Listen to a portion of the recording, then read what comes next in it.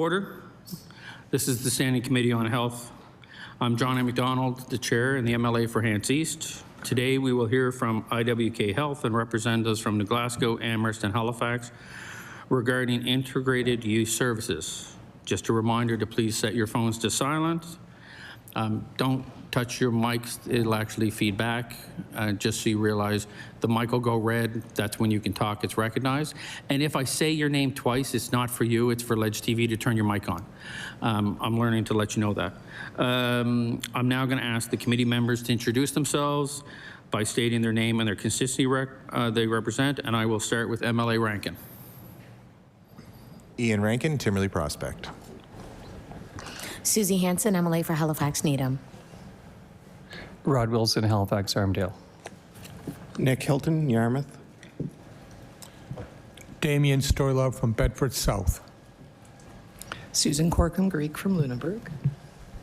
Good afternoon, everyone. IWK from Cleaning Park West. And for the purpose of answers, to my left is? Legislative Counsel Philip Grassi.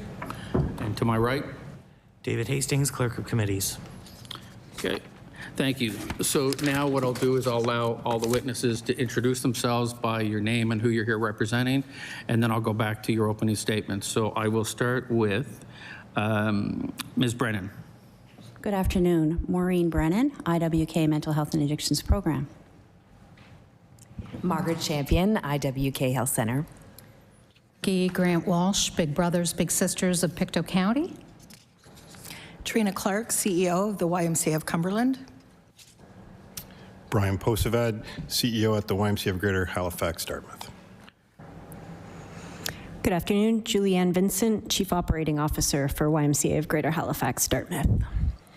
Okay, so, and I lost my notes on who's doing open statements, so I'm gonna double check first because at one point I didn't know. I assume Ms. Brennan? And then Mark, you as well?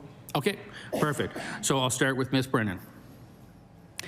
Good afternoon, Chair, members of the committee, and a warm welcome to everyone joining us today. My name is Maureen Brennan, and I have the privilege of serving as the Director of Mental Health and Addictions Program at IWK Health. I am pleased to be joined by my colleague, Margaret Champion, Interim Director of Integrated Youth Services Nova Scotia, along with senior leaders from Integrated Youth Services across the province. I want to begin by expressing my sincere thanks for the opportunity to speak to you today about an initiative that marks a transformational shift in how we are delivering mental health and wellness services to youth across Nova Scotia. At IWK Health, our Mental Health and Addictions Program is committed to delivering high-quality, accessible care for children, youth, and families. Care that meets the needs close to home or school, and in partnership with community providers. We know that providing a supportive environment early in life is critical to healthy growth and development, and that prevention and early intervention are essential to ensuring young people receive the right care at the right time, in the right place, from the right care provider. Early intervention of emerging mental illnesses enables children, youth, and their families to manage everyday life positively in their home communities and may prevent moderate to severe mental health issues requiring our specialized services. Over the past several years, our program has focused on co-creating services with youth, caregivers, and community partners. Their insights, lived experiences have helped us improve care and reduce barriers to access. One of the most promising innovations to emerge from this work is the Integrated Youth Services model, a collaborative, youth-centered approach that bridges multiple youth-serving organizations under one unified system. Integrated Youth Services is a community-based model that is now in almost every province in Canada. It is built on evidence-informed care and supported by a national network, offering low-barrier, community-based services for youth and their caregivers. These services span mental health, substance use, physical health, education and employment, social services, and culturally grounded supports. At its core, Integrated Youth Services is about meeting youth where they are, providing timely, comprehensive, and coordinated care in trusted, youth-friendly spaces. It places youth and caregivers at the center of service design and delivery, and it mobilizes community agencies to lead the work on the ground. When implemented well, this model has the potential to dramatically improve outcomes, access, and system efficiency. Nova Scotia should be proud to be the first province in Canada to fund a full implementation of IYS sites across the entire province. This government investment is a vital step in improving access and building a connected, community-based system of universal mental health and addictions care that integrates services across the community to the formal system of care. This initiative is especially meaningful for rural and diverse communities, where access to care has historically been limited. For many youth, especially in rural areas, transportation is a major barrier. Having a local one-stop shop for care is not just helpful, it's essential. IWK serves as a backbone organization for IYS Nova Scotia, providing provincial leadership, guidance, training and support to ensure services are evidence-informed, rooted in best practice, and guided by research and evaluation. Nova Scotia is the first province to have IYS backbone support team located within the formal system of mental health and addictions care, supporting the creation of a seamless ecosystem of mental health care for young people. In the last 2 years, we secured over $9 million in funding to advance IYS Nova Scotia research and are key partners with other several provinces in national IYS research projects totaling over $32 million. This research will help us improve our data infrastructure and capacity, as well as our ability to proactively forecast, predict, and respond to earlier changing needs of youth in the community. I am excited to share that our official name is Anchor Youth Space Nova Scotia. This name was chosen after an extensive engagement process with youth, caregivers, and community partners who saw Anchor as a symbol of strength, safety, and trust. There will be 8 Anchor Youth Spaces across the province, including sites in Amherst, Bridgewater, Eskasoni, New Glasgow, Yarmouth, Sydney, and 2 in Halifax. The Cumberland site opened in April. The Sydney site and 1 Halifax site are now open, providing services, with formal announcements happening in the coming weeks. The remaining sites are in various stages of development. While the IWK maintains a 10,000-foot view, our lead agency partners at each site manage the day-to-day operations, tailoring services to meet the unique needs of their communities. These community agencies are deeply embedded in their local contexts, bringing the agility, expertise, and relationships needed to make this model work. We are very fortunate to have strong, competent, and thoughtful partners across Nova Scotia who are building these spaces with the community for the community. This transformation is built on partnerships with government, department, community organizations like YMCA, Big Brothers Big Sisters, New Dawn Enterprises, our close partners with NS Health Mental Health and Addictions Program, and the philanthropic funding community, who play a vital role in elevating these spaces to become grand and even more welcoming and youth-friendly. Each Anchor Youth Space includes youth and caregiver councils, ensuring that lived experience continues to shape every aspect of the service delivery. The model is simple, yet powerful. Meet youth where they are in welcoming, accessible spaces with the supports they need. The approach is holistic and proactive and aligns with best practice in youth wellness services. On behalf of IWK Health and our Mental Health and Addictions Program, we are proud to be partners in this once-in-a-generation transformation in youth mental health. We remain deeply committed to ensuring that youth in Nova Scotia can access the help they need, where they need it, and when they need it. Thank you again for the opportunity to speak to you today. My colleagues and I look forward to answering any questions you may have. Thank you. Okay, Ms. Grant-Walsh. Good afternoon again. My name's Margie Grant-Walsh, as I expressed earlier. I'm proud to serve as the lead agency for the Integrated Youth Services, along with coalition agencies in my community, John Howard Society, the YMCA of Pictou County, and the Pictou County Community Health Centre. While we've not yet opened our doors, the work is well underway. Over the past year, our team, together with youth, families, and community partners, has achieved important milestones that lay foundation for success. Among our top accomplishments so far, we've identified and are in the process of finalizing a welcoming space where young people will access service. This space will be designed to be trauma-informed, safe, and focus on mental well-being. So youth feel supported the moment that they walk through the door. Planning is guided by the Rick Hansen Foundation's accessibility principles, ensuring our site incorporates special features, including wayfinding, physical access, sensory ability, and staff training. We've launched our youth and caregiver advisory councils to guide our work and keep the youth voice at the center. We've hosted community engagement sessions with youth, families, Pictou Landing First Nation, the African Nova Scotian community, the Pride community, and so far we have partnerships with 27 local organizations that will provide wraparound supports, programming, and referral pathways. We've worked with the IWK to develop branding and communications that reflect inclusivity and resonate with youth while engaging the broader community. We are preparing currently to hire and train staff, ensuring that they are grounded in trauma-informed, culturally safe and inclusive practice. Looking ahead, our priorities include finalizing our physical site, renovations, program offerings, accessibility improvements, and strengthening training for staff.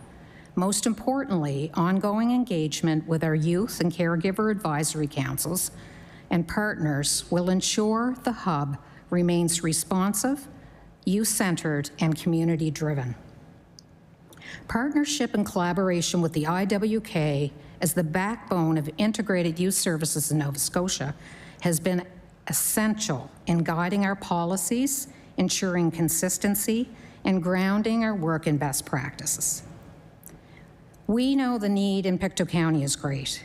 Too many young people are struggling with mental health challenges, addictions, and social isolation. In a survey completed by the Coalition in 2024, 29% of the youth surveyed wanted support with mental health and addiction issues. Rural communities are different. Young people face unique challenges: fewer services, transportation barriers, workforce shortages, and limited opportunities for connection. Social isolation and stigma can further compound these issues. That's why integrated youth services is so very important here. It offers a central, accessible hub that brings supports together, reduces barriers, and ensures youth are not left behind because of where they live. An example of a service provider offering Big Brothers, Big Sisters, we are proud to bring the power of mentoring to the IYS model. We know from decades of evidence when a young person has a caring adult in their life that's consistent, the outcomes are transformative. In a Boston Consulting Group study in 2013, it was found that long-term impacts of mentoring extend well beyond the immediate relationship. This study found that mentored young people are more likely to be employed full-time, 68% versus 58%, 13% earn higher salaries, volunteer more hours, donate more generously to charity, and pursue healthy lifestyles. They also report stronger networks of family and friends, greater financial literacy, and higher levels of leadership in the workplace. Many describe themselves as happier and more confident in making good life choices. What's important in the context of the integrated youth services is that mentorship does not stop at formal matches. Every adult who interacts with youth through service providers in this model, whether a nurse, a counselor, youth worker, program facilitator, has the opportunity to be a silent mentor just by showing up with empathy, consistency, and encouragement. These adults create an environment where young people feel valued and supported. Together, formal mentors and these silent mentors help build a community where youth know they matter and can envision a strong, healthy future. These relationships foster confidence, belonging, and resilience, exactly what young people need to navigate the challenges of adolescent and young adulthood.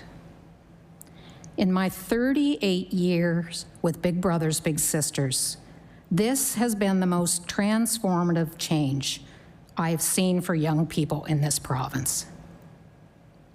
The IYS model offers a way forward, meeting youth where they are, reducing barriers, and providing integrated, accessible care. We're grateful for the support and applaud the government and many philanthropic partners that has brought us to this point, and we look forward to opening our doors soon to demonstrate the positive impact this model can have on young people, families, and the broader health system. To close, as shared by a youth recently, when hearing an IYS site was opening, he says, "Sometimes it feels like nobody sees me when we go through what we go through in Pictou County. Knowing there will be a safe place for us where people will actually listen and help makes me feel like I really do matter." Thank you. Thank you. Mrs. Clarke. Good afternoon. The YMCA is proud to be a partner in this project. Anchor has had a positive impact in Cumberland County already, and I'm excited to see how this impact grows as spaces open up across the province. The IWK has provided leadership and a collaborative approach through all stages of this project. Now that we are fully operational, their ongoing support is a critical piece of ensuring successful IYS sites across the province.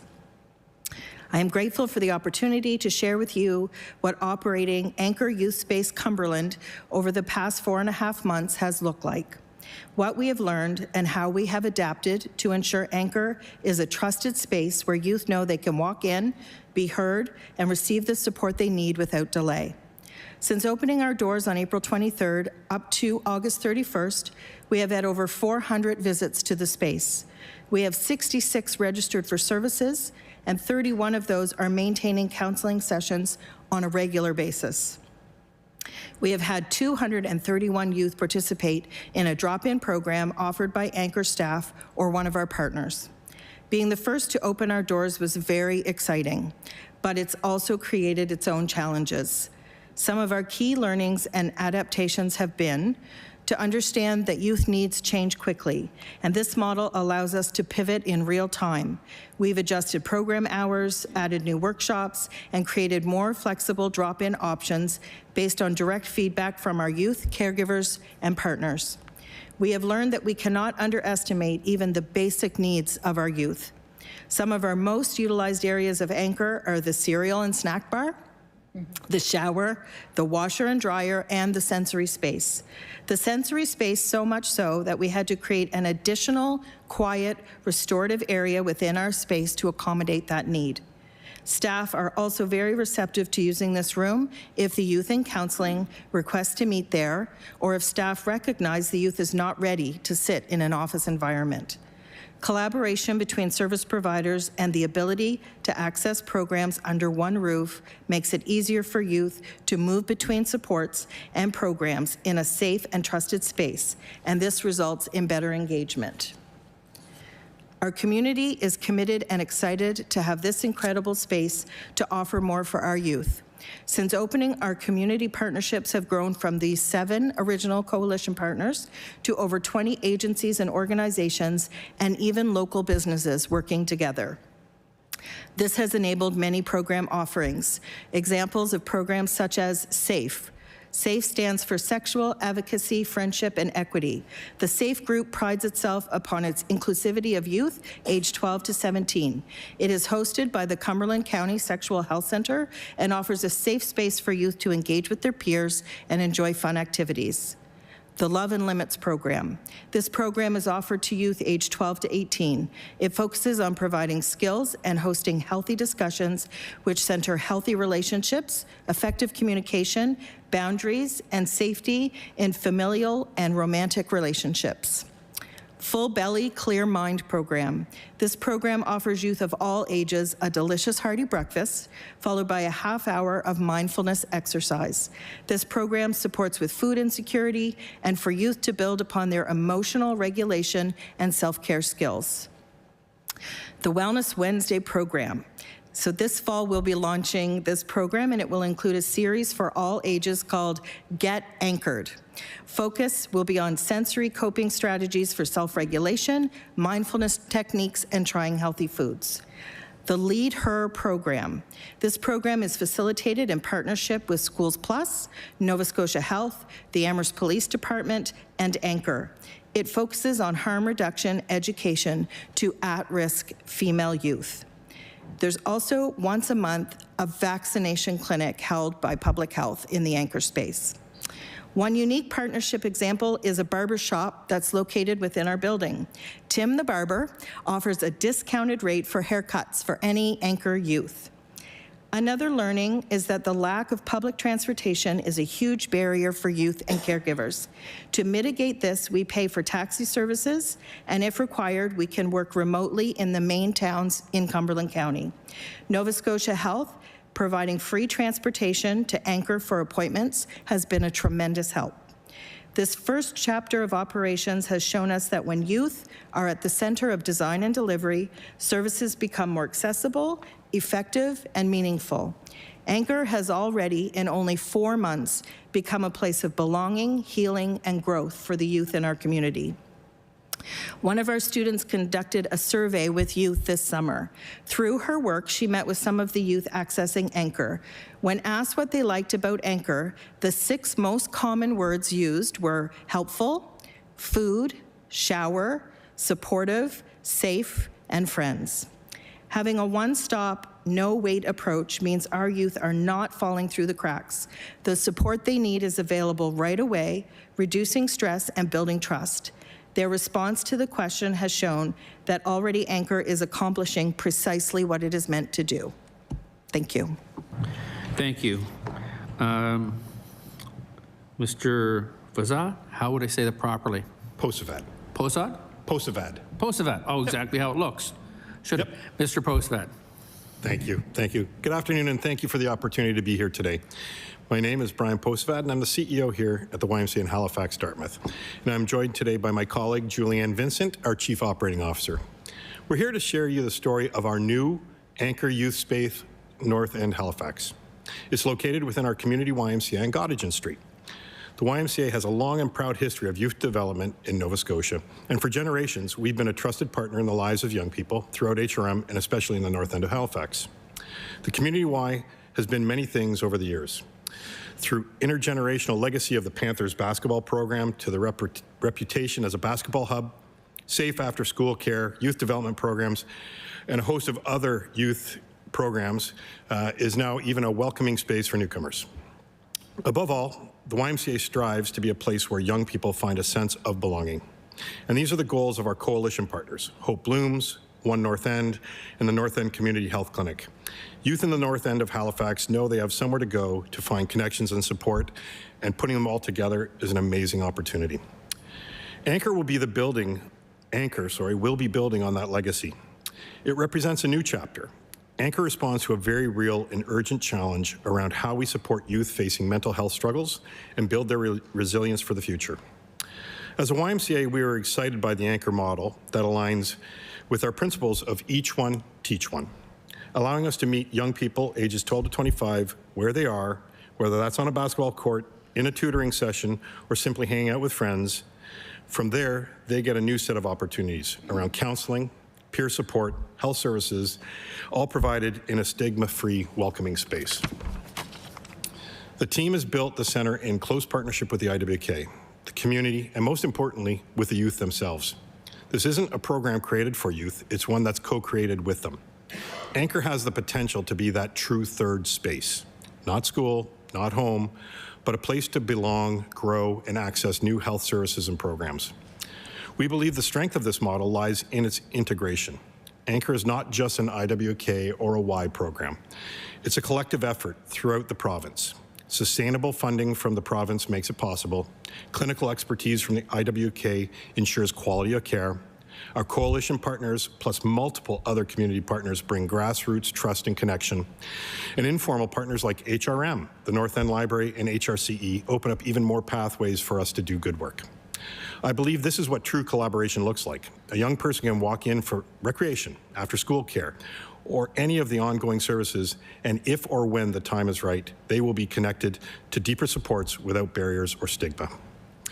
And if any youth need more service than we can provide, the team on site can help the young person find the support they need to be successful within the community of healthcare. A few short weeks ago, we had a quiet, soft opening. Yes, my team made them open up the Friday before the long weekend. You know how much they imagined. They really appreciated that one. We didn't advertise the opening. We just wanted to test drive. We wanted to see the space, see how it flowed. Well, 12 youth showed up at our doors the very first night. Not an ounce of advertising. This tells you what we need to know. The demand is real, the youth are ready, and we're about to go. Anyway, I can't wait to see the community response once we hold our actual grand opening on September 17th, and I warmly invite each of you to join us as we celebrate this addition to the community. I'm grateful to speak to you today, and really thank you for your time. Thank you. So the normal process is 20 minutes for each caucus. At 20 minutes, if you're still speaking, I'll say order, not being rude, just have to keep it going. It will be the NDP, starting with MLA Hanson. Thank you, Mr. Chair. I want to start off and say thank you so much for the service and as well for the presentation that was given. I know there's so much more to talk about, but within the time constraints, you know, you can have to kind of snip it in.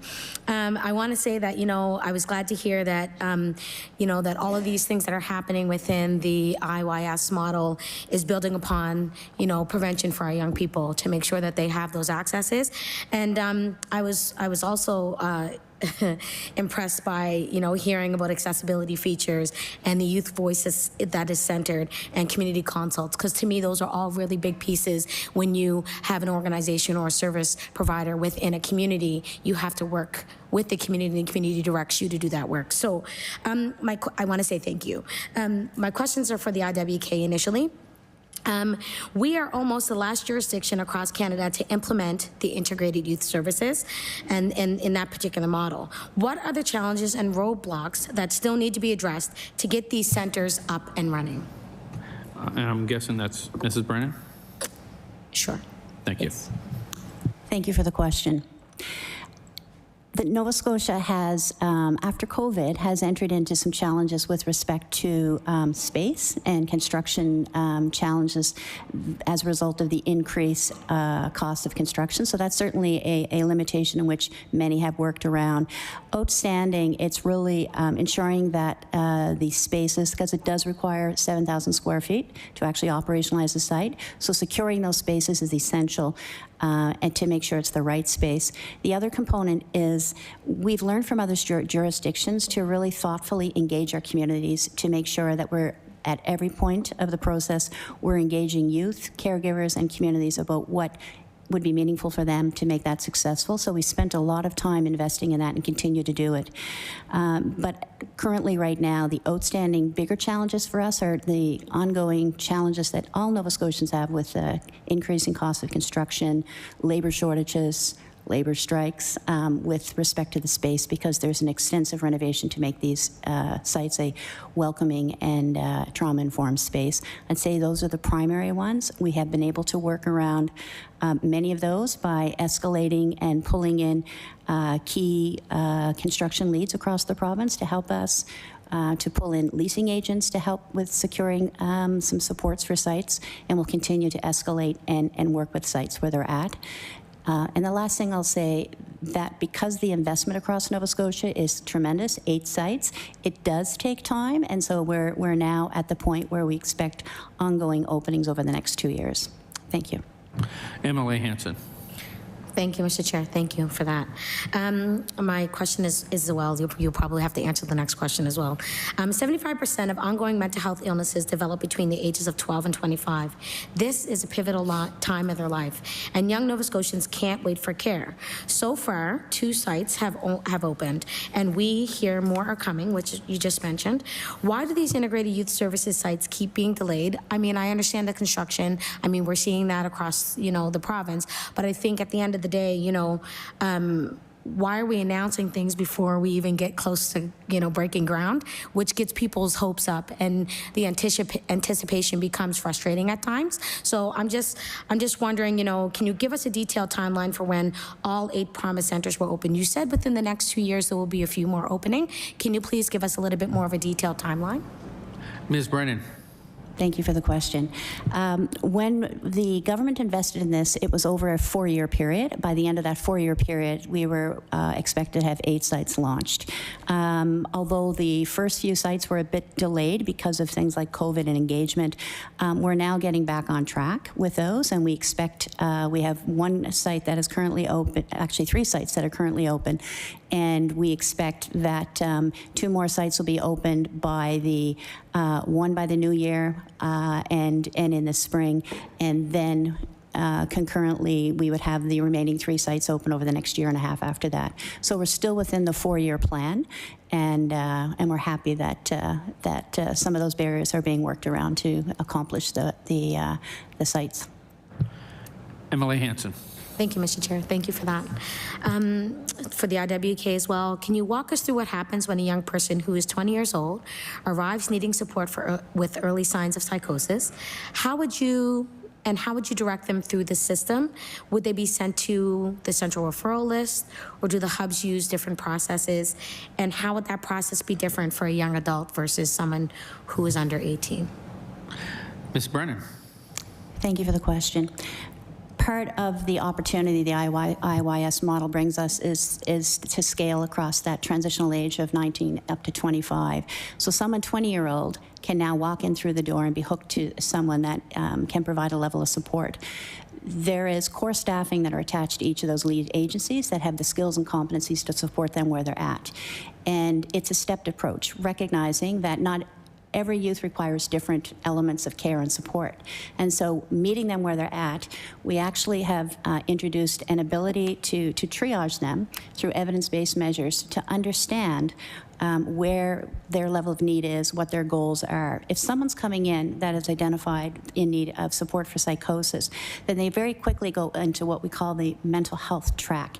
And there is an evidence-based measure that helps them understand the level of urgency or severity they might be experiencing.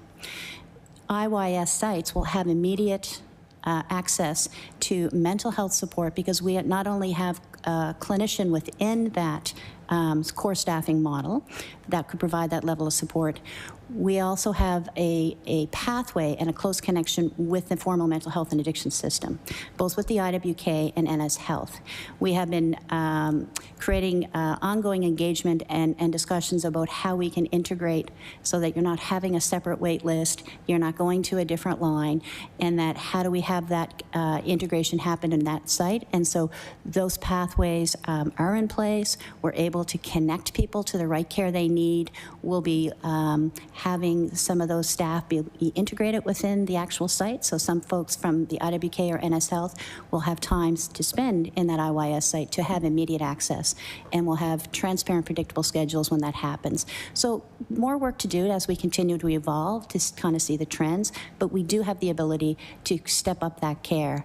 if someone needs care beyond what IYS site can provide, we can do an immediate connect to our formal system of care and match them to another clinician in our community. If they need psychiatry, that process immediately happens as well. So it's really a sort of a stepped approach, pulling in the right expertise to respond to those needs.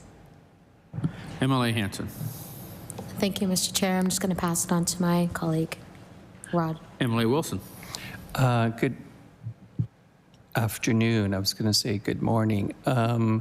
Thank you, everyone, for coming. I know some of you, and I know your resources and your challenges and the hard work that you do with the limited resources. So I have to say, from the bottom of my heart, thank you for doing, and thank you for taking on a new project. Startups are not easy, and I'm particularly happy to hear about your community engagement, which is crucial. Having worked in Rural Emerge, and I'm saw the number of lack of resources, whether it's diagnostic imaging, but also trying to get people accessing youth into mental health services. My first kind of big motherhood question is it fair to say that there is a shortage of mental health services across the province, particularly more in rural areas? And on the back of that, what's been your experience so far as you staff up your programs in recruitment and retention mental health, or the right resources that you need to get these anchors outside of the city to meet their maximum potential in terms of service providers? So is it my anecdotal observation that we are struggling with mental health services outside of Metro? And can you tell us what your experience is with recruitment and retention of people to staff up your sites?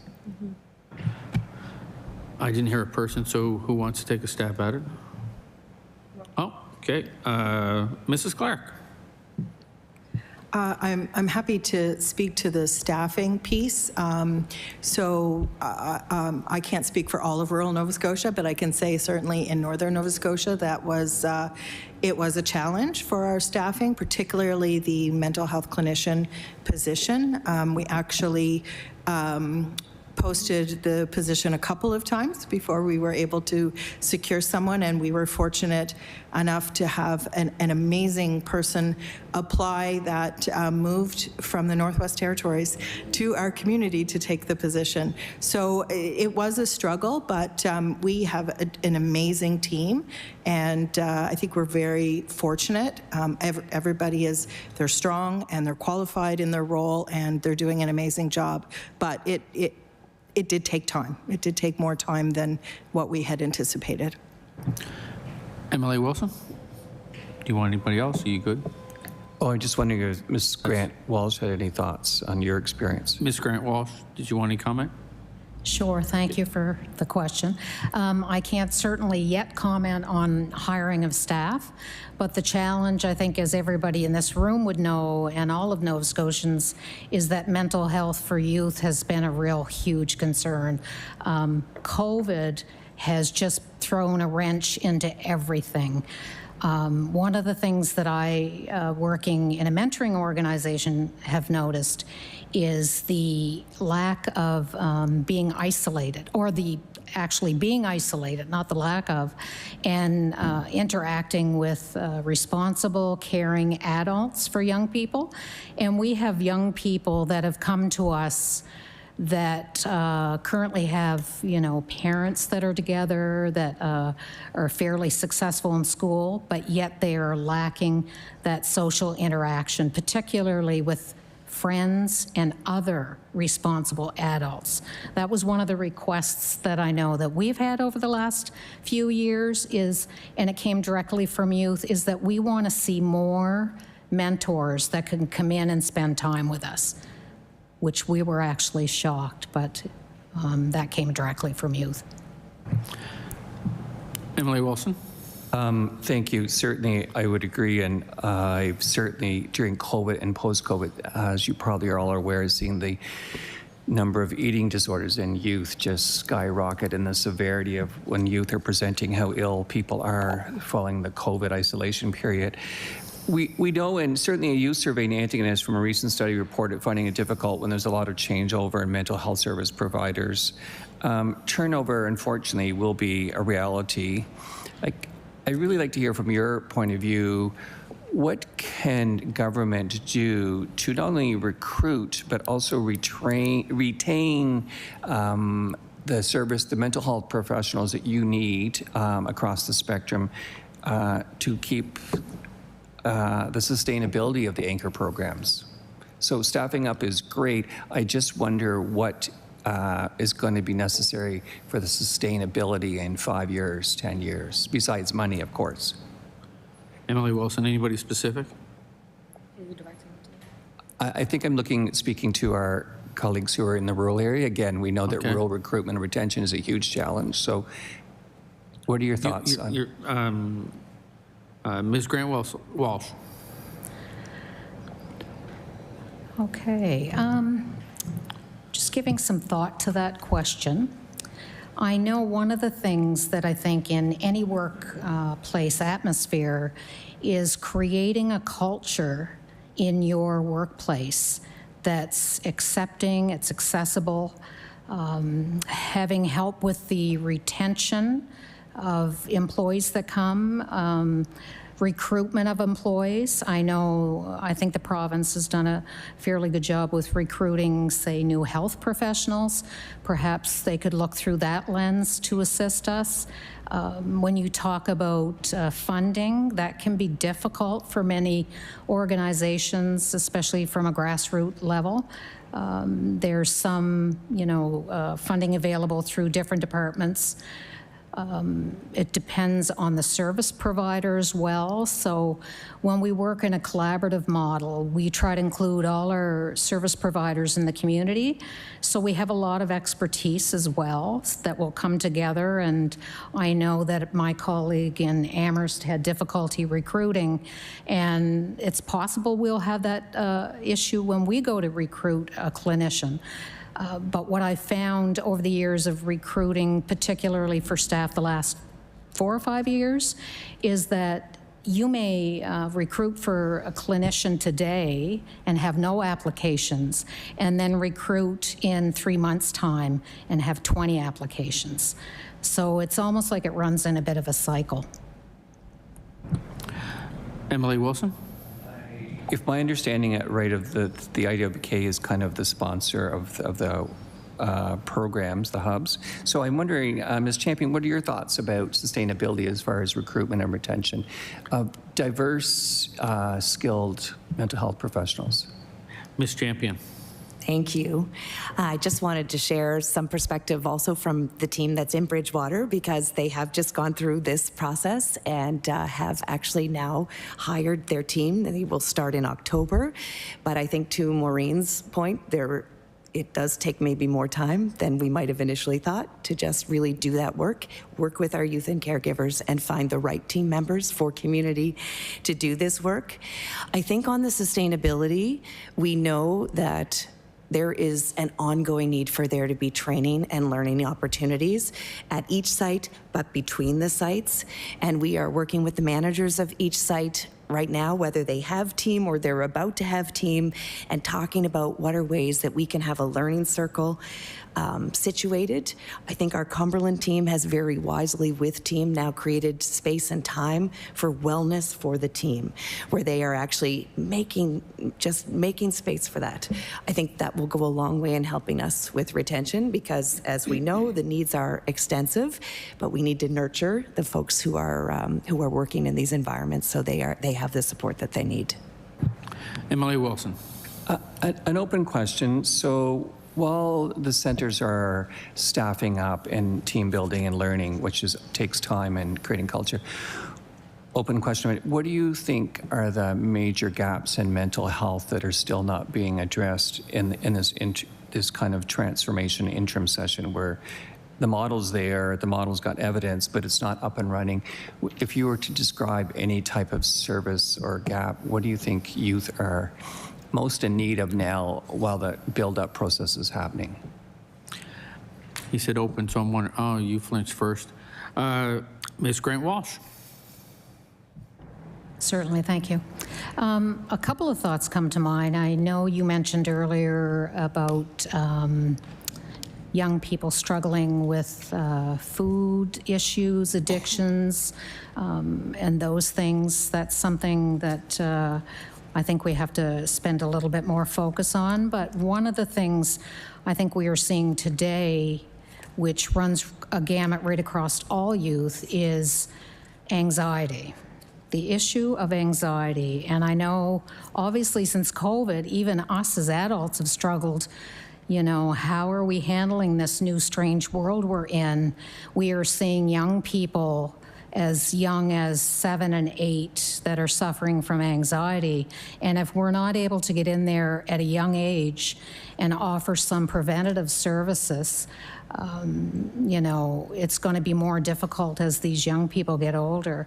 I know our services start at 12 and go to 25, and we can certainly, you know, have those preventative services, which I think are all in that collaborative model that we have, but we can also have those other services perhaps that can be offered more so down the road that can tackle some of the crisis situations that we will have if we don't get these young people at an earlier age. Yeah, Mrs. Clarke. One of the things that I agree with all of that, and one of the things that I would add is, because it does go up to age 25, and we're seeing a higher rate of homelessness in our communities than we've ever experienced before.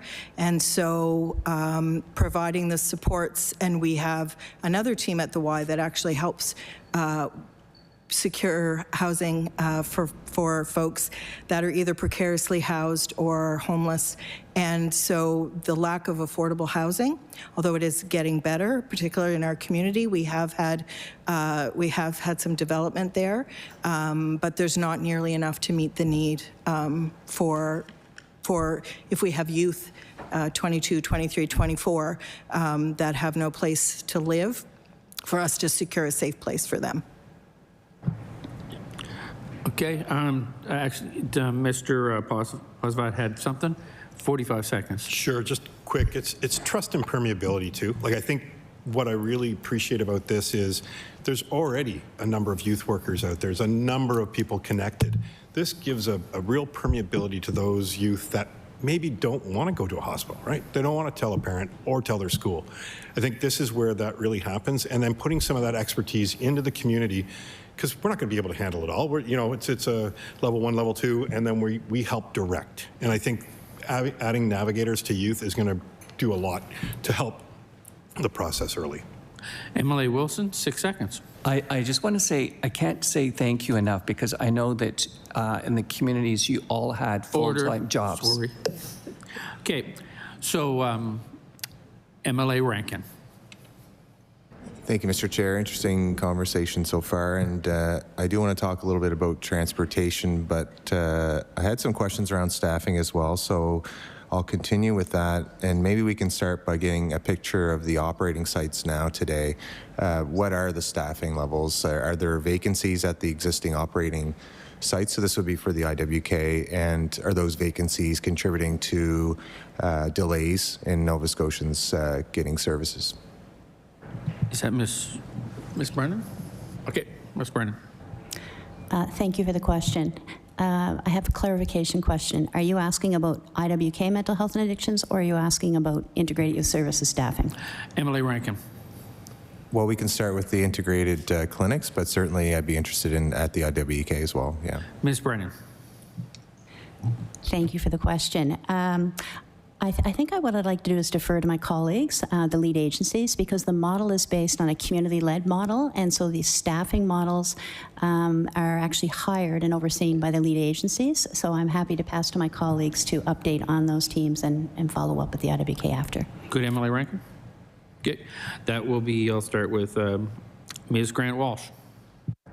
Thank you for the question. Currently, our site is not fully up and running yet, but we have just recently developed all our job descriptions. We have our policies and procedures in place ready to go in terms of staffing. I know with the IWK's lead, they are assisting us with providing training for staff.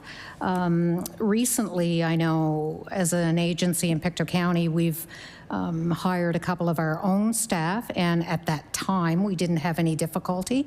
I don't foresee that we will have any difficulty, and I'm also taking the lead and the best practices from some of my colleagues that have already hired, so that shouldn't be an issue.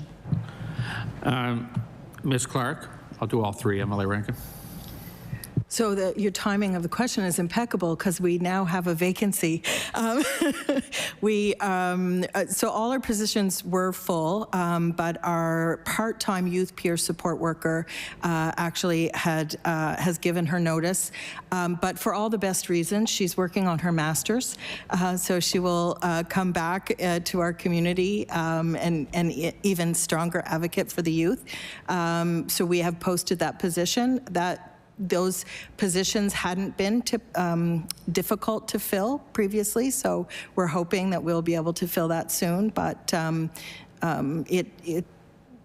honestly, other than our mental health clinician, the other positions we were able to fill from within community with many strong applicants. Okay, answer my question. Ms. Vincent. Thank you. And maybe I'll just give a little bit of an overview for those who aren't familiar with some of the key staffing in the site, because what's unique about the anchor model is not only the clinical services that are offered, but also the community services and the partners as well. So we're also fully staffed, and just very quickly, that includes a site lead, an administrative support worker, so somebody friendly who the youth see when they first come in, and that we have hired from within the community for that, mental health and addictions clinician, family outreach worker, you had mentioned, Trina, the youth outreach worker, family support worker, a recreational therapist. But more than that, so the staffing is there, and we were incredibly lucky in that we have some of our staff who are actually youth themselves, under the age, the Government of Canada definition of under the age of 30, as well as those from the North End community, which is fantastic. But we also have, to supplement those, a lot of community partners. So there are formal coalition partners that my colleague mentioned in his opening statement, but also partners like Nova Scotia Works. So they come in and they're providing employment services. We're bringing in Department of Justice as needed, and IWK did a great job of getting commitment from a number of government departments to help supplement services. So the staffing model is really important, and we are fully staffed there, but I think it's also important to recognize that services are being provided by partners as well, which is one of the really fantastic elements of the model. MLA Rankin. Yeah, I'm interested from like the whole system level. So if the IWK could answer that, and maybe I'll just add, what is the current average wait time that youth seeking mental health services have to wait for each health zone, and how did that go into the thinking for the 2 new sites that have been released? Ms. Brennan? Ms. Brennan. Thank you for the question. The average wait time for urgent care services for child and adolescent across the province is less than 7 days, depending on which region you're in, because we have a target. And within the IWK, it ranges from 4 to 5 days. Within the Western Zone, I believe it's 3 days. And so it averages, but we're consistently meeting those targets for urgent care about 97% of the time. In the non-urgent wait time band, which is a target of 28 days, it's all over the place depending on where you live. And I would say that currently right now, I'll speak to the IWK, is that we on average for a non-urgent appointment on average is 42 days for that appointment. And we're repeatedly working at ways to improve those wait times. They're higher in the eastern zone, waiting for times, but much meeting wait times, mostly meeting targets close to 60% of the time in the other 2 districts. MLA Rankin. And so how do you publicly report on those metrics that you mentioned, and how do you track that performance measurement, and how do these clinics kind of fit into that whole initiative in trying to speed up the process for both urgent and non-urgent? Ms. Brennan? Thank you for the question. We have a well-developed process for measuring wait time, both at the IWK and NS Health.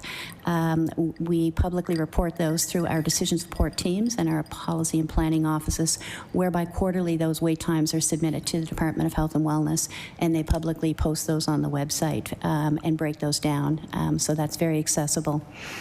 And I believe there was another question, but I'm not sure. Emily Rankin, what did you miss? You get 12 minutes. Yeah, okay. Maybe I'll get into the transportation piece because I think that is a big barrier, and somebody referenced, I think Ms. Clarke referenced what is happening in Amherst and the idea of taxi jets, which is great. But I was going to ask today what kind of programs and subsidies do exist across the province, and it's great that Amherst has a program, and I would be interested if youth have access for that kind of system, or if there is a consistent way that we can get particularly rural communities, even here in HRM, you know, I represent Prospect, there's no bus that goes out there, and how do they get out to some of the HRM available services? It's a barrier that I hear about, but particularly I think for rural Indigenous communities as well, to access outpatient mental health, just assessments alone. So maybe I can ask, I think the IWK would probably be the right one to answer this, because I'm talking about a province-wide consistent approach to providing programs and subsidies for transportation. Ms. Brennan? Thank you for the question. Transportation is a very real challenge across Nova Scotia, not only for folks seeking mental health and addiction support, but seeking support, period. Part of the opportunity this model is to locate those services that are walk-in in communities and locations that can be accessible for youth. So that's one solution. We have established a wonderful philanthropic partnership through our IWK Health Foundation, in which nationally they secure funds, and to date they've secured over $10 million to support those basic needs of engagement and support, you know, additional items that would not be necessarily covered through operations. So there's opportunities through those grant fundings. And we work with our colleagues across Canada for solutions around this. And so within part of the evolution of the model, they'll be looking at flexible solutions that might involve mobile outreach to meet folks where they're at. So we continue to evolve the model. We look for different solutions and continue to, you know, to understand those needs. And the model also provides that outreach, so we can go into community that might be closer to where they might be located, so they can travel around. They're not limited to stay on that location of IYS site. They actually can go out into the community and travel, and there is transportation fund to support staff to go into a location that might work better for youth. Emily Rankin. Thank you, and all of that sounds great, but again, are we tracking the data so that these initiatives are informed by where the gaps are? And again, I'll ask similarly what I asked before, do you break it down by health zones? Do you have a list of where appointments are actually missed because of transportation barriers, which we as MLAs hear about that? Ms. Brennan. Thank you for the question.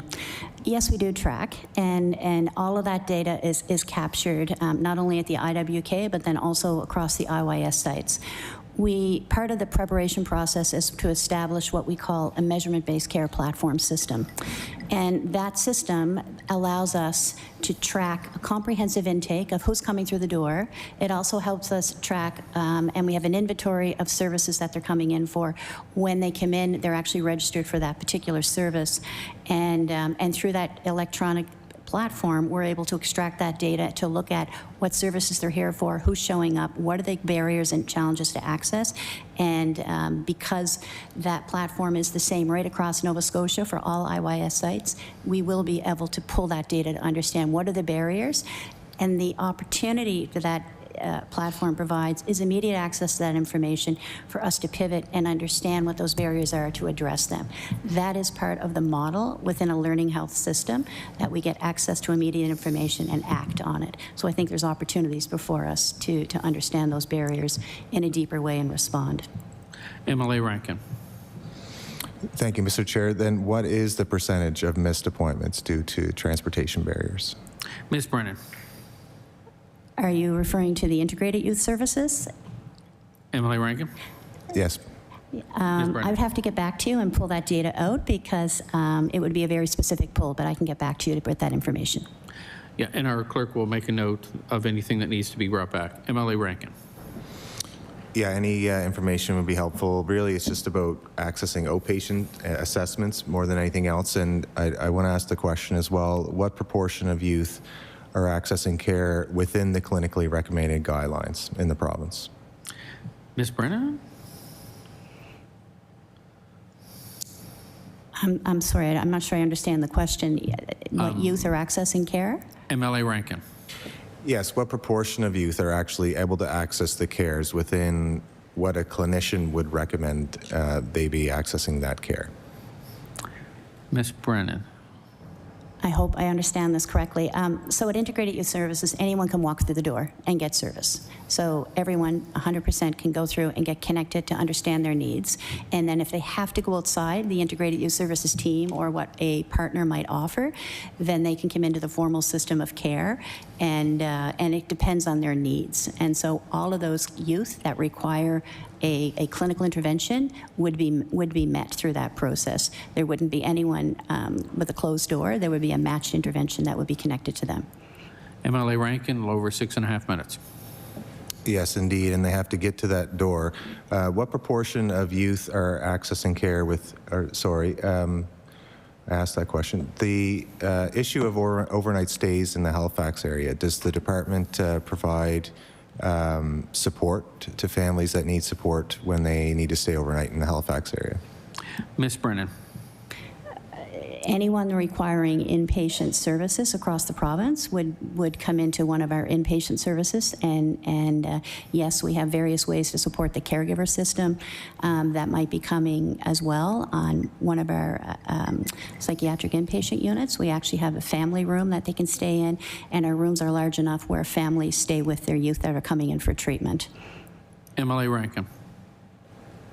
Thank you. And with respect to psychiatry access and involuntary decertification, specific to the Cape Breton area, how many youth in Cape Breton were transferred to the IWK in the last year solely for psychiatric decertification?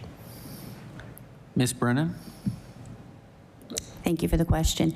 I can follow up and get you that exact data. We do have that information, and I can follow up after the session to get that to you. Thank you. MLA Rankin. Do you have the current average wait time for transportation from Cape Breton Regional to the IWK for decertification? Ms. Brennan. We do track the involuntary status, and it is information that I can follow up and bring back to you. Although I wouldn't have the exact time that it would require from transportation, because it would require data from Cape Breton Regional to the IWK, but we could explore what we can get to you around that process. Thank you. MLA Rankin. And how many child or adolescent psychiatrists currently serve in the Cape Breton region? Ms. Brennan. There are, so the child and adolescent psychiatrists in the Eastern, Northern, and Western zone are under the Nova Scotia Health. IWK has the HRM mandate and provincial and maritime mandate for complexity. I believe, I understand that there are 2 FTE allocated for child and adolescent psychiatry to the Eastern zone. MLA Rankin.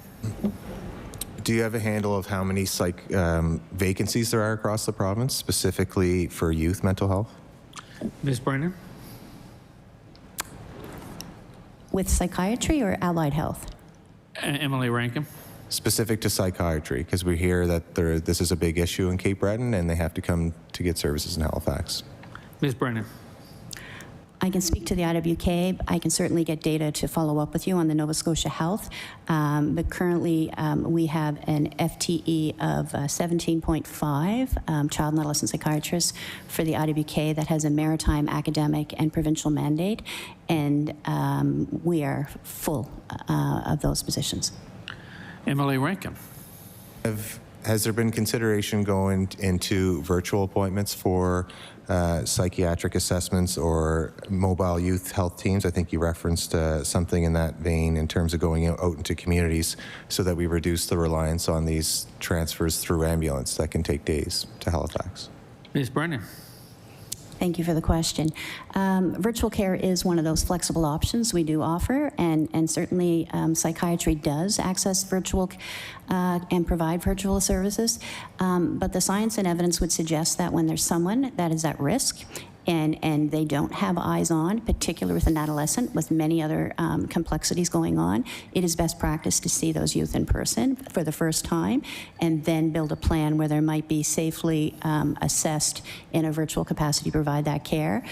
But I would say the best practice approach always is to see that first person in an assessment in person, and to consult with the other health facility that's referring, to consult with the team to inform and to make a plan to be responsive. MLA Rankin, 2.5 minutes. Yeah, so finally, I have lots of conversations with people that work in like law enforcement and community services and stuff, and anecdotally they're saying that they're getting increasing calls about self-harm, suicide, these types of things. Unfortunately. And so I wonder how our provincial rates of emergency room visits or hospitalizations for these types of things that happen compare like on a national stage. Are we in the middle of the pack of this, or how are we doing? Because what I hear is quite alarming. I mean, the stats are out there. It's referenced today, post-COVID, but really this started post-2010 with the advent of strong social media use and things like that. And I just want to know what's happening at our own provincial emergency room in terms of the frequency and how we're tracking that, how we compare nationally. Ms. Brennan. Thank you for the question. Nova Scotia is actually is doing quite well in that space, in that there are decreased emergency room visits, and we're seeing a decrease in inpatient care that's happening. And we do track everything. We track when they're coming, who's coming, what time of day they're coming, and where they're coming from. And looking at the data, what we understand is that because of the investment in community, because of the collaborative care network that's happening, youth are being seen sooner and being connected sooner, and then not escalating into degree of crisis that is happening. So I think the investments with the school mental health model, the collaborative shared care partnerships that the health authorities have with community organizations, the IYS model that leverages and connects that community, it's focused on prevention and a continuous service that actually prevents some of those higher numbers that other national and across nationally that they're seeing that we are not seeing, because they don't have that level of connectivity. They don't have a system that is under one system of care, because both IWK and NS Health work in a provincial model of care that has clear pathways and responses that no other province has. MLA Rankin, 8 seconds. Thank you very much for your answers today. I'm not going to try to get one more. Thank you. So MLA Fatheré. Thank you, Chair. I want to say a big thank you to the witnesses for your thoughtful, I think, very detailed answers that we've heard here today. I think it's very clear, what we've heard loud and clear is that Anchor Youth Services are more than a set of clinics. They've become a trusted, what we call youth-friendly places where young people are able to meet, whether it's for food, showers, as we heard, or simply a safe place, just to feel belonging. And I think it's also inspiring to hear about what we hear at Cumberland regarding over 400 visits in just 4 months. I think that is tremendous. This shows us that demand is real. It also shows us that what we can achieve together when the provincial government collaborates with community groups and partners like that to build this model that truly responds to the need of the youth. I want to really appreciate the honesty and about the challenges, whether it's about construction delays, about staffing in rural communities and transportation barriers, and the commitment to finding creative and local solutions. I think we're building a solution here, and I think we should really be proud of what we're doing. My question is simple. I just want to ask, how does this conversation that we've had regarding the integrated youth service, how does it fit into the broader scope of things regarding mental health and addiction services? Because obviously this is just a part of it. And how does this uniquely move us forward towards achieving the universal goal we're trying to achieve here? I think this can go to IWK or anyone who feels like responding. Ms. Brennan? Or Ms. Champton, who do you want? Okay. Ms. Brennan. Thank you for the question. So if I understand the question correctly, you're asking about the progression of care across the age of 19. And the model itself, because it is currently right now, mental health and addiction services are up to the age of 19. And what we understand through the experience is that that is a huge gap with the transition going into another system. So the opportunity of IYS is we have both IWK and NS Health Mental Health and Addictions as key partners with the expertise of the Integrated Youth Services Coalition and lead agency services to actually meet the youth where they're at, to co-create a plan, to collaborate around a plan, and to provide information that is helpful for the youth, whether they're 13 or whether they're 24. So I think that opportunity doesn't currently exist and now will exist through Integrated Youth Services. It'll be a shared pathway for us to pull in the right level of care in that one location rather than going to another door, to another location that currently we don't exist without having those different services because we're unintentionally siloed. And so this is an opportunity for us to really share care, to come together for the better interest of youth, to capitalize on the collective expertise of my colleagues in the lead agencies provide. There's wonderful youth serving organizations that have expertise that can come to meet youth and can really wrap around in a way that I think really leverages improved skills, resiliency, and opportunity for the youth to thrive in ways that they currently haven't been able to without going to different lines. Emily Fothery. It's so exciting hearing that because I'm seeing and hearing collaborations across all borders, whether it's the multidisciplinary that we're seeing in the health sector. I think that's really good. Still on partnerships, I want we've heard that a lot here today. Partnerships have come up from community mentors to grassroots organizations to local businesses to schools and healthcare services. How is this collaborative model making it easier for youth and families, I would add, because sometimes they don't exist all by themselves or in silos, to navigate services, especially in the rural and diverse communities where transportation access has always been a challenge. How is that helping? Is that to the IWK or? Well, a bit of IWK, but I also like to hear from the rural, from YMCA, okay. Yeah. So who wants to start? Ms. Brennan or? Oh, I should remember this. Ms. Grant-Walsh. Thank you for the question. Living in a rural community can make it really difficult on many respects in terms of transportation and such. But I think one of the benefits of being in a rural community is we establish really close relationships with other community partners and organizations, and we're able to provide services together. I think what happens with this particular model is it brings everybody together in the same space, and when you have community organizations in a rural area, that can sometimes be a challenge. You know, we meet on a regular basis and so on, but having their staff and program offerings at that particular site brings us together, and it's amazing what kind of synergy can happen when you get 3 or 4 staff from community organizations that may not see each other for 2 or 3 months at a time, and they end up perhaps on the fly either developing new programs, new initiatives, and so on. So I think that's a huge benefit for a rural community. I'm sure my colleague from Amherst can actually add to that. Ms. Clarke. So I think one of the things we're seeing with our partners is, as Margie had mentioned, it's a meeting place, and it's a place to build trust. So some of our partners, such as Schools Plus, may bring youth there to just be in the space, but they've identified that this youth may need some help, but they're not ready to talk about that or articulate that. So it's not what I like the most about this is they can just come and utilize the space. They can just be. They can have something to eat.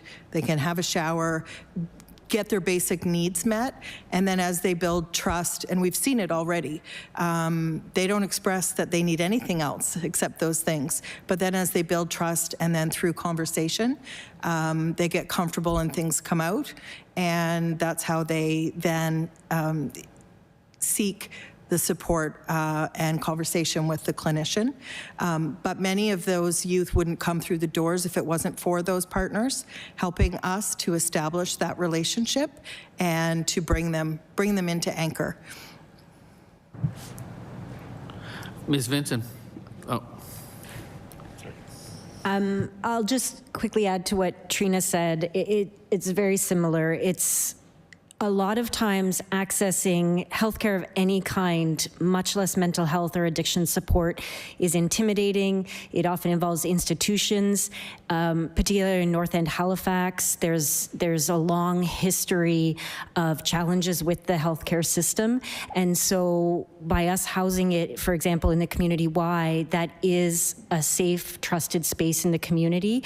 And having all the partners there, the youth are already comfortable in the space. And like Trina said, whether it's within Anchor or whether it's within, as Brian mentioned earlier, Panthers basketball, they're there.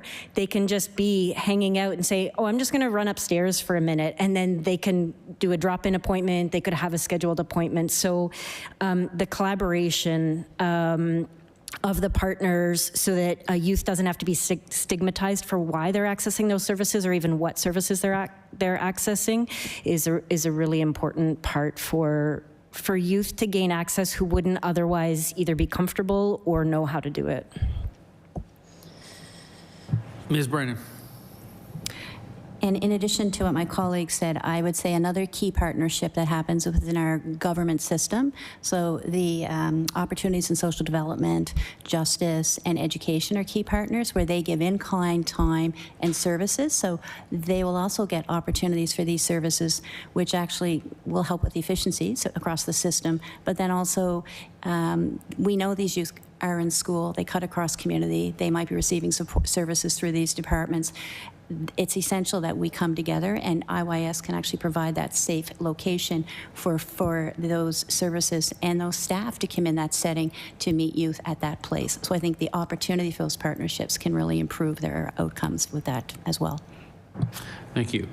MLA Corcoran Greek. Thank you. Regrettably, when we speak of healthcare in this chamber, regrettably but understandably, we are often speaking using terms like crisis. We're talking about illness. We're talking about access to treatment. And it's all very, very important. And indeed, I'm not questioning the use of those kinds of phrases and words. But as our Minister of Health and Wellness likes to say, she doesn't want to be the Minister of Illness, nor does Minister Comer. What we want to get to is wellness. And I think among some of the thing that makes me the most excited about this model is the ability to engage with youth before the crisis point. So I'm wondering if either of the representatives of the IWK perhaps could speak to how the integrated youth services model helps to equip young people with, you can tell people in my family have accessed the system, to put tools in their toolbox and to develop the resilience that we would want our young people in particular to have. Ms. Brennan. Thank you for the question. IYS Anchor Youth Space is that solution to actually have prevention services upstream. And the model itself, and with the different services early on, can actually look at building those resilient skills, those life skills that oftentimes are not adequately being realized by youth, particularly with the impacts of COVID. if I were to wind back the clock 5 and 10 years ago, you would see an increase in those crisis visits. You would see an increase in inpatient admissions, and you would see that and feel that in our system. We're seeing a lessening of that because we're going more upstream and we're understanding the important connect between prevention and future and long-term outcomes of youth. We're also seeing the importance of collaboration and coordination of those services early on, so that regardless of what that youth might need, they're getting matched to the right service. And so IYS provides what we call a very clear flow of access where the youth needs it by walking in. Many times these youth might not be seen. They might not be interested in coming to our formal healthcare system. They might be the very youth that are suspended from school. The opportunity that IYS has to provide day and evening program and access to walk through the door, just maybe not looking for mental health, but looking for some type of social support, some type of connection, perhaps some food security, but recognizing there's a lot going on underpinning that. Once we develop that opportunity to build that relationship and connection, as my colleagues said, we're able to connect them to services that match it very early on, preventing those crisis episodes. And crisis is a part, of illness as well. And so with the relationship and the established ongoing support of these youth, when youth might escalate in a level of crisis, we can be responsive to that. We can be responsive within that site and or to match them to the right service that might provide that level of support. What we hear from families and what we hear from stress on clinicians, it's the lack of agency in our system, the lack of flow that causes the problem. It's not that the ability for one person can't provide all the solutions for these youth, but how we partner and to create the right connects and flow, that's what builds retention in our staff, resiliency in our youth, and improved function of the program. So I think that's the solution that Anchor Youth Space provides to avoid the crisis and to be responsive to the youth needs. Emily Corcoran-Greek. Thank you, Chair, and thank you for that answer. I have spoken in this House before about the fact that my late mother was diagnosed very late in life with bipolarism. And so I grew up with a very, at times, unhealthy mother. Her depressive state was the one that was recognized for a long time. Only years later did we understand, and I've often thought what might have been different if that fulsome diagnosis had been discovered earlier. I don't talk and will not today go into detail about other members of my family, including my children, because frankly, those are their stories to tell. But I have been a parent anxiously trying to navigate this system in the past. And I remember there was a moment when, because of my mother's history, and in particular being a child whose parent had done self-harm and attempted suicide. So even hearing my child utter the words, "I don't know if I can take this anymore," it wasn't necessarily truly suicidal ideation, but it triggered me enormously. And I remember speaking to my child psychiatrist and saying, "I think I need to see someone." And at that time, and this was a while ago, and I was not in politics, but I was told there was quite a separation between child and youth psychiatry and mental health and the adult services, i.e., this individual said, "I'm going to find a way to help you, but I actually can't give you that referral." And that, to me, at the time, was a shocking disconnection when we consider this broad relationship of support that is necessary to help people through these very, very difficult times. So I wanted to ask about the integrated youth system in terms of how it includes, I believe I understand correctly that it does have more of an inclusion. It's not exclusive to a parent or another caregiver, but perhaps if you could, Ms. Brennan, give a little insight into how it works in that regard. Ms. Brennan. Thank you for the question. The model itself is not only focused on youth, but it is focusing on the caregiving system. As such, we intentionally identified staff as a family support worker to provide that level of services. We know outcomes are stronger when families are at the center and engaged in a care plan and supporting them.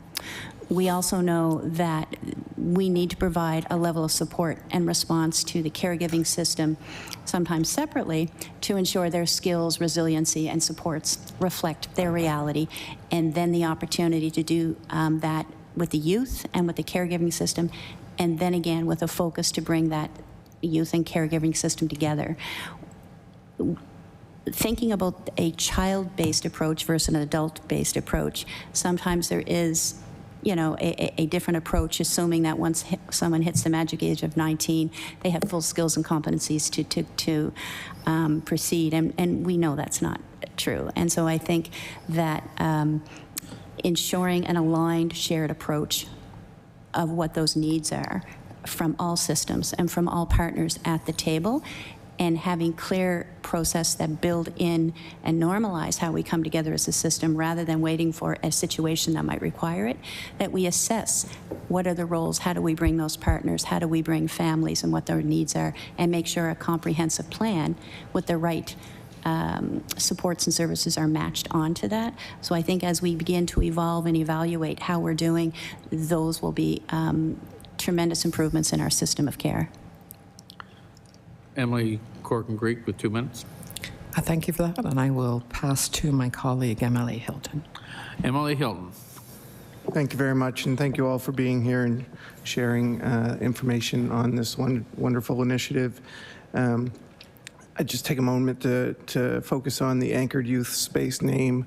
To be honest, the first time I've heard it today, what a perfect name. It kind of creates that attachment to youth, for youth in the mental health space, but also pays a little bit of homage to our seagoing heritage. So I look forward to seeing that in Yarmouth in the next couple of years. Being named the 8th site was exciting for my community, exciting for me. Mental health and addiction, I've worked a number of years in healthcare, many of those on the mental health and addiction inpatient units in Yarmouth. And I can tell you that it's important, that this is important work, and we're looking forward to see where the community goes with that. I spent yesterday with a number of colleagues in Yarmouth, around 20 of us, planning a youth summit in Yarmouth. So we're really looking forward to the work that's bringing together, and I think it will go well with the work that you're doing here.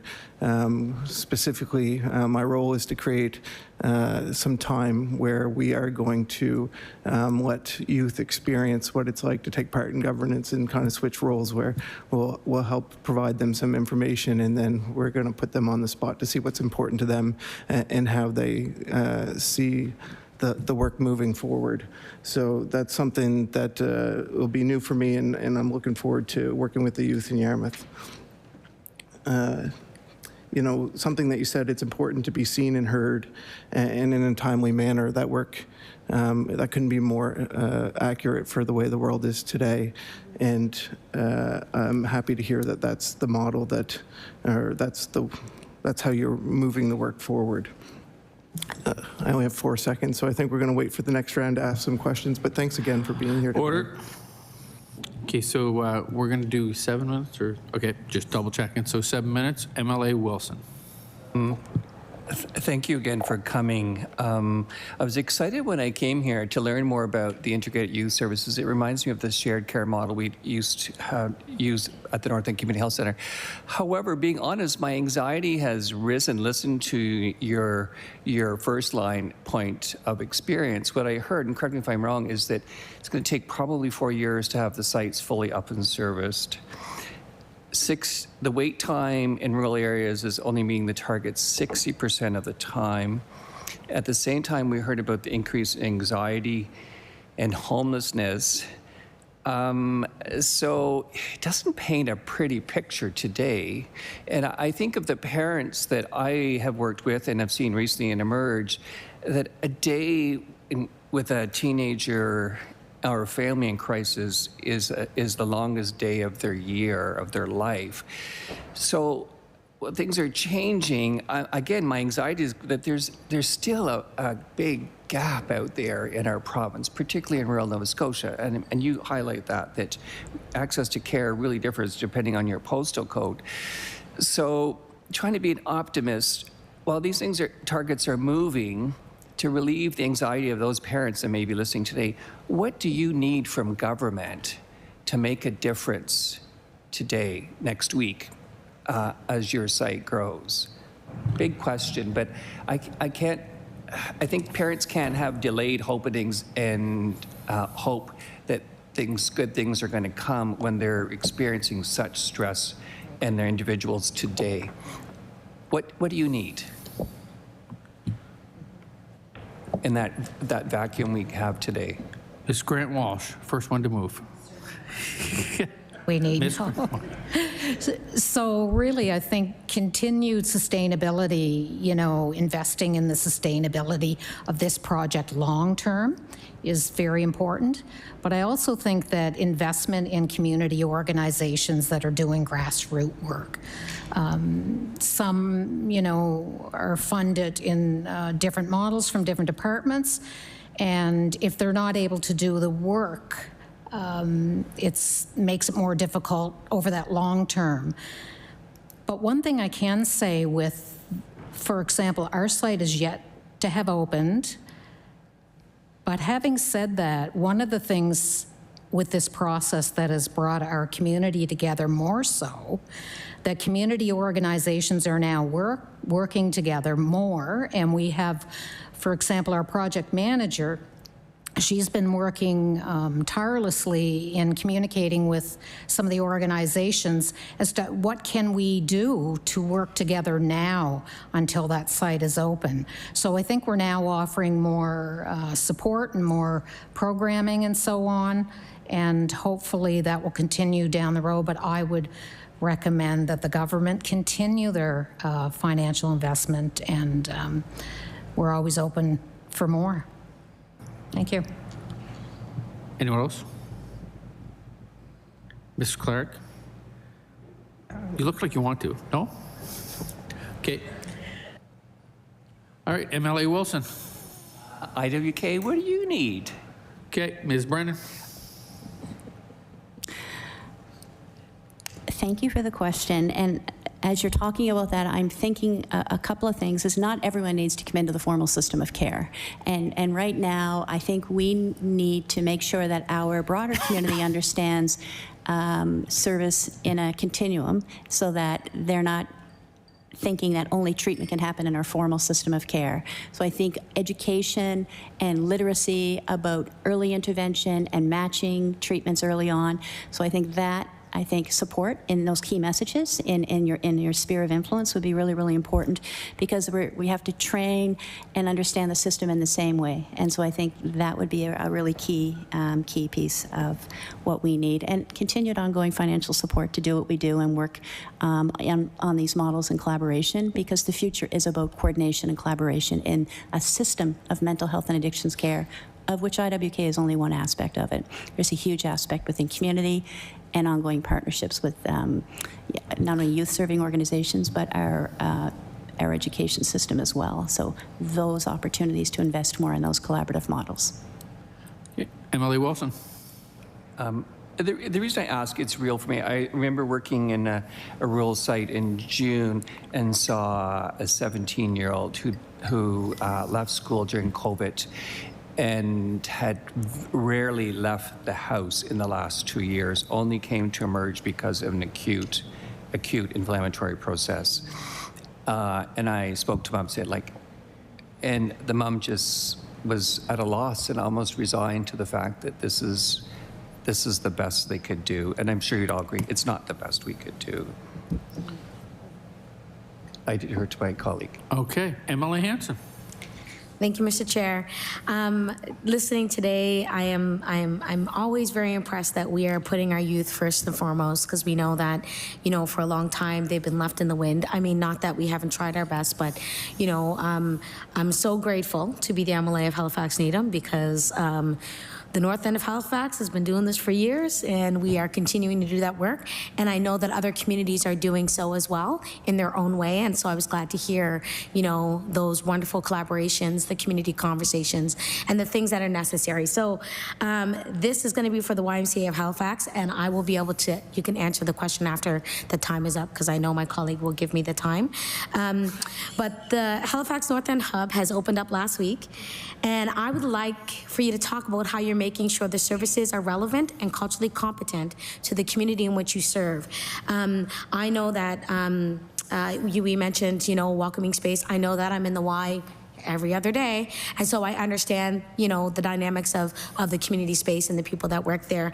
I'm just curious to know how many Mi'kmaq folks or African Nova Scotians or community-centered folks who are truly engaged in community will be a part of the work that's happening in the hub in the North End. Which one? Ms. Vincent. Thank you for the question. And I think it's been alluded to or specifically mentioned a few times today how much work has gone to put Ms. Vincent, just hold one sec, because I'm going to say order. He's going to reset the clock, and then you're going to be able to finish, because MLA Rankin's already said you can finish. So I'm a process person. They're used to this. Ms. Vincent. Thank you for the question. And so youth have been put at the center of all stages. So we've talked about the design of it. One of the things that hasn't really come up today is we also have a youth advisory committee. Each site has one, as well as the overall IYS model. So the IWK facilitates one, a youth advisory committee with youth from all 8 communities, but each site, including ours, also has a youth advisory committee. So that is made up with of youth from the community who come together, and they inform programming needs, programming desires, what they would like the space to look like, what services they're looking for. We also have a caregivers advisory committee. Again, same, the IWK facilitates a provincial one, but we have our own site one.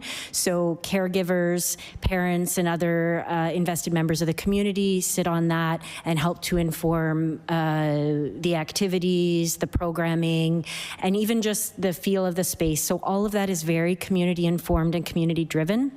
We do have members of the African Nova Scotian community on staff, as well as I mentioned, a couple of youth members on staff as well. So all of that has been a very thoughtful, deliberate approach on the part of our site lead to really make sure that that space is informed by, and also the programming is continuously informed by community and is with community and not for community. MLA Rankin. You deferred all. Oh, MLA Hanson. Thank you, Mr. Chair. And I'm grateful for that. I really appreciate it. I can't wait to be able to come in and see the space. We're fortunate to be able to have a space within our own community YMCA. So it's literally a non-stigma moment where you can drop your kid off at basketball or drop your kid off at a program and just walk upstairs to have conversations, or your brother or sister, vice versa. So I think, we're unique in that way, and I'm grateful that we were able to have those opportunities. So I'm going to defer my next question to my colleague. Okay. MLA Wilson. Colleague. I have tons of questions. I could keep us here for hours. You have 4 but minutes and 32 seconds. One of the questions, as you've mentioned, I thought was excellent, that with youth come families in various shapes and forms and ability to function and not function, and depends on resources. And my family is actually one of those. Do you have the resources, or what resources will the integrated youth services have to support those, similar to your model, those families and caregivers, grandmothers, aunts, uncles that are trying to help that youth, or the several youth, one family, make it to the next day and make it onto school? Mr. Posavad. It's a really great question, and I think that's where some of the community organizations really come to play and come to bear. The other piece is most of us have some challenges with resources on occasion, right? There's 100 problems and we can solve none, or we have enough energy to do certain things. This gives us resources to actually put the community together a little better. You know, when we have a site lead that's actually, back to Emily Hansen's question too, when we have a need that's identified by the youth or the caregivers, we now have the opportunity, because we already have groups that are already signed on with us. We have access to the other agencies that want to be a part of it.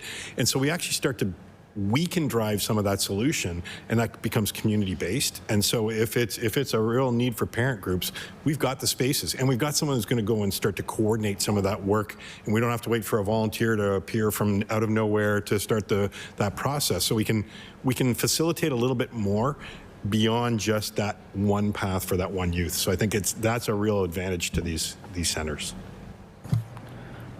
Emily Wilson, 2:30.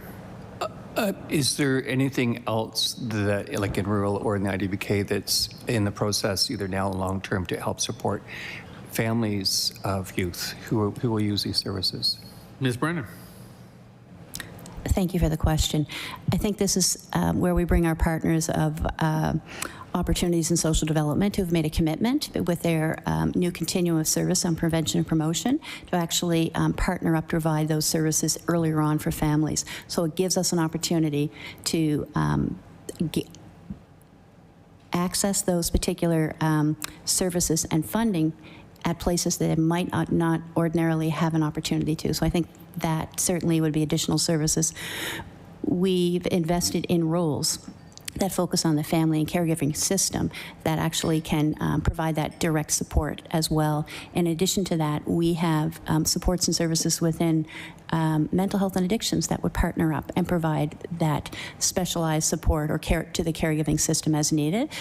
I think there's more to develop and grow as we begin to understand the needs of who's coming through the door, and we'll explore how we can continue to improve.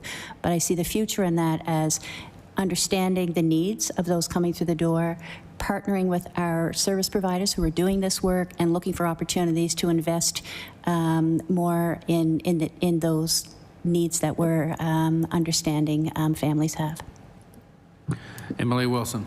My last question, and it's a big one.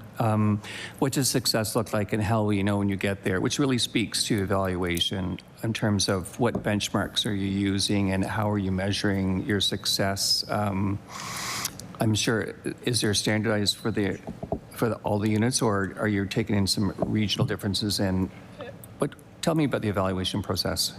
Ms. Brennan. Thank you for the question. There's been a lot of time engaging across Nova Scotia to understand impact. We also have learned nationally and internationally from the IYS model of what has worked and best practice approaches. And through the process, we across Nova Scotia have identified a minimum data set that understands, will help us understand to provide measures of those coming through the door to what those needs are, and we'll have that data, and we'll be using that data through the green space platform I talked about.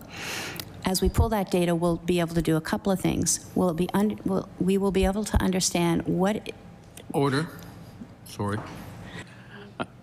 So at the end of the 20th, so it's now out, and that's MLA Hilton is saying that he's going to let you finish when I call him, so the clerk will start the clock. And Ms. Brennan.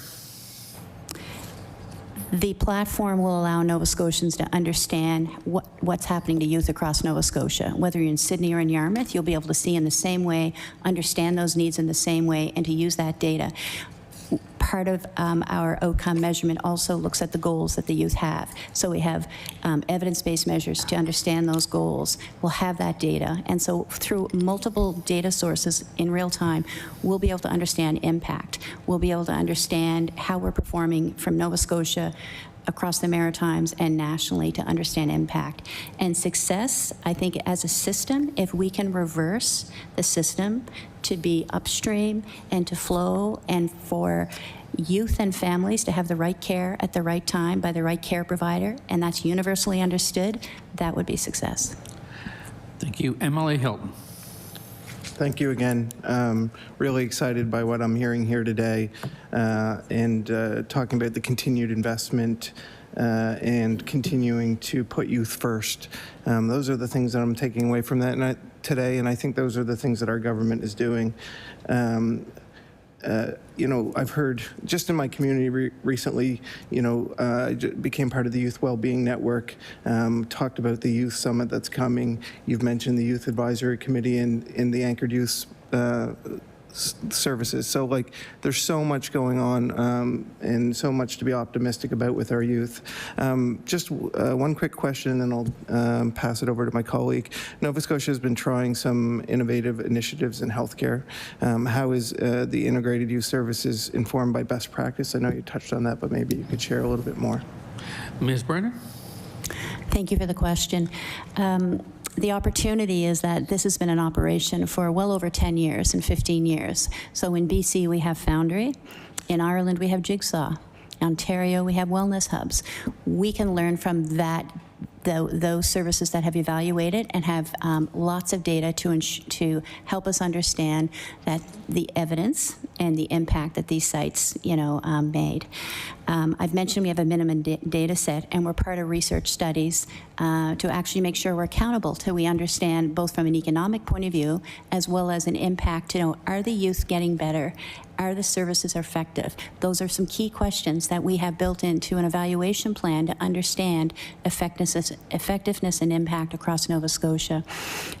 We also have the opportunity, I referenced it in my earlier remarks, we're partners of over $32 million through the Canadian Institute of Health Information to actually partner up with other IYS providers to be part of national and international evaluation projects so that we can actually build on that expertise and continue the conversation.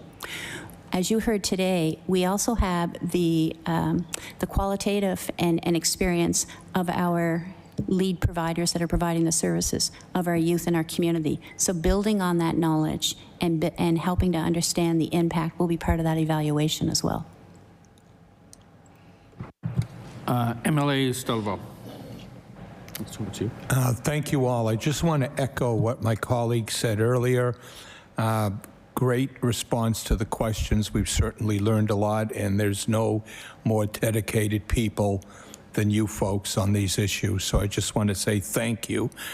And I just want to, you've answered a lot of questions. We certainly have a better understanding.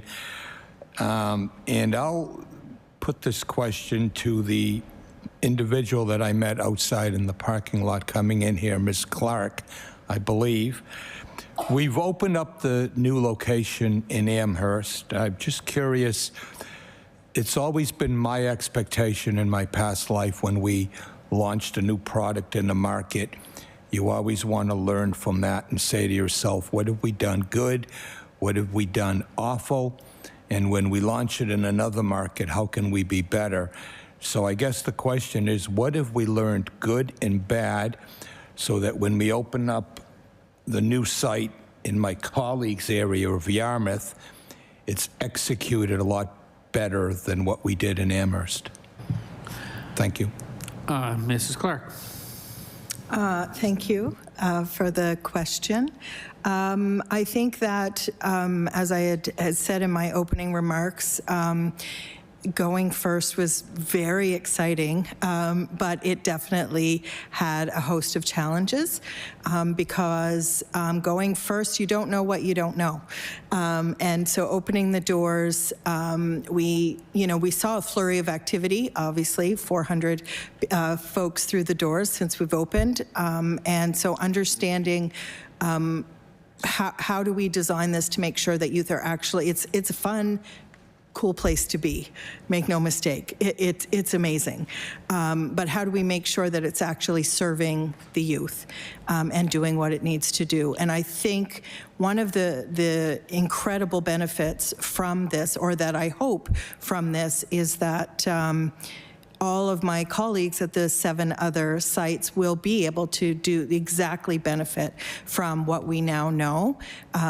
Every community is unique. And so that is the wonderful thing about this, is that we're making sure we're filling the needs of the youth in our community. However, there are many learnings that we can share, and we've the project managers across all 8 sites meet on a regular basis, and we have actually put together a package of here's what we've faced and here's how we overcome it.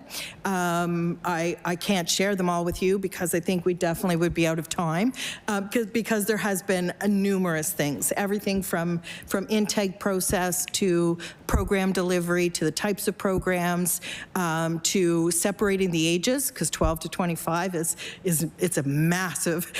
So making sure that we have age-appropriate programs so that we don't alienate the 23, 24, 25-year-old that doesn't want to hang out with a 12-year-old. So there's been a tremendous amount of learnings, but I think we all benefit from each other, and I think we will continue, even as more sites open, to continue to learn from each other, because there will be things that come up in other sites that we will then learn from. Order. Okay, so that concludes the questions. So what we'll do is closing statements, and if you haven't been here, everybody gets a shot. So, Ms. Vincent, do you have any closing comments? I just really wanted to say thank you, everybody here, for your engagement and your questions. I think I speak for all of us when I say we're thrilled to be able to talk about this. We're thrilled that we're now open. I'd like to reiterate Brian's invitation for everybody to come to our grand opening September 17th at 8:30 in the morning. So thank you very much for the opportunity to speak.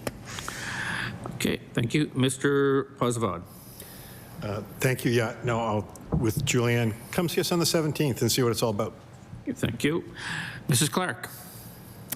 I also just want to reiterate my thanks for this opportunity. I will admit, my first time was a little nerve-wracking, but you've all been very kind, so thank you. And I will say, I do want to give a shout out to Cumberland. Like, we really went at this hard. We had an incredible construction manager, and we had an incredibly dedicated team, and I'm just really proud that we were able to pull this out, and seeing and hearing from the youth now what this means to them already has made all the pain of getting the doors open worth it. Thank you. Ms. Grant-Walsh. Thank you so much for allowing us this opportunity. What I want to do is to say thank you on behalf of all the youth in Pictou County. In a rural community, it's very difficult at times to access service. So this is huge, and I'm sure my colleagues would agree that the youth right across this province, thank you. And I would also like to give a shout out to all our community partners, coalition partners in Pictou County, and to my project manager, Sarah McKay Spears. Thank you. Ms. Champion. Thank you very much. I did just want to let you all know I have stepped into this role on an interim basis, have only been in this work for 3 months, but have worked in our formal health system for over 30 years. And I am incredibly moved and so fortunate finally in my career to be working in something that is grounded upstream in community and led by community. So I am just very privileged to be here. I am on a learning journey, and I know I'm going to continue to learn with all these wonderful partners, the youth and our caregivers. Ms. Brennan.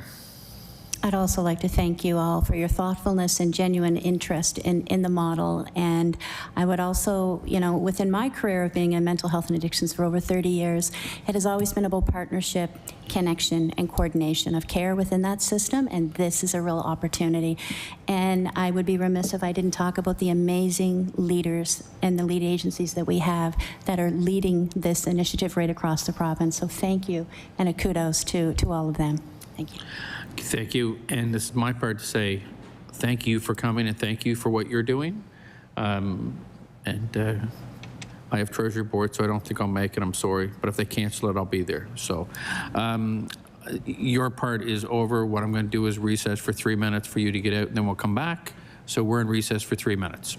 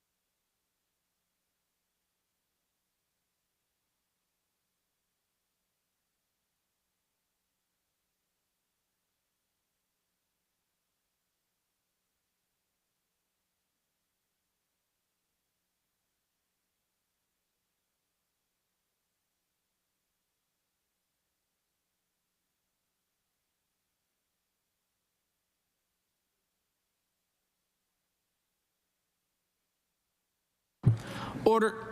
I call the meeting back to order. Going back to our agenda.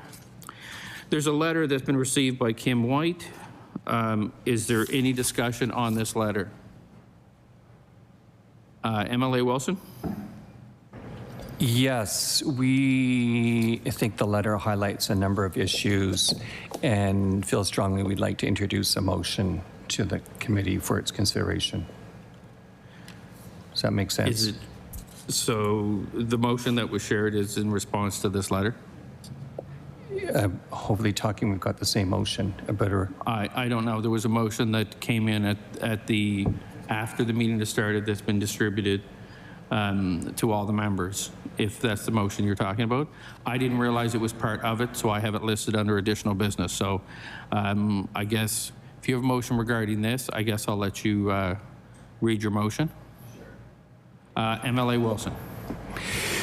So in response to the letter of Kim White, I'd like to introduce the motion. Whereas breast cancer is the most common type of cancer impacting women and accounts for 25% of all new cancer cases each year, whereas the care women without family doctors are receiving for their breast care is fragmented because the healthcare system was not built for patients to navigate on their own, and whereas Nova Scotians with breast cancer deserve better care from this government, therefore, I move the Standing Committee on Health urgently write to the Department of Health and Wellness requesting a comprehensive plan outlining concrete steps that will be taken to close gaps in breast cancer care. Okay. And I believe that was the motion that was shared. Okay, so discussion on the motion. MLA Corkum-Greek. I read the letter with interest. I've certainly sat chair with women in my constituency office in regards to this issue. The PC Caucus does feel that asking for this motion at this time could undermine the work that teams are currently undertaking. Specifically, recently, the IWK hired a nurse navigator on a one-year pilot modeled after our lung cancer screening program. This would offer a central point for unattached patients to be able to ensure they receive timely results, referrals, diagnosis, and care. The creation of a breast health research unit is also underway at the IWK. And we believe that with more time and the development of these initiatives, and in the case of the pilot, to be able to look at results is valuable. And for that reason, we will not be supporting the motion. Okay. Is there MLA Hanson? Thank you, Mr. Chair. Order. The time for the committee has finished. Just the next committee meeting is Tuesday, October 14th, as the House is sitting, from 9 a.m. to 11.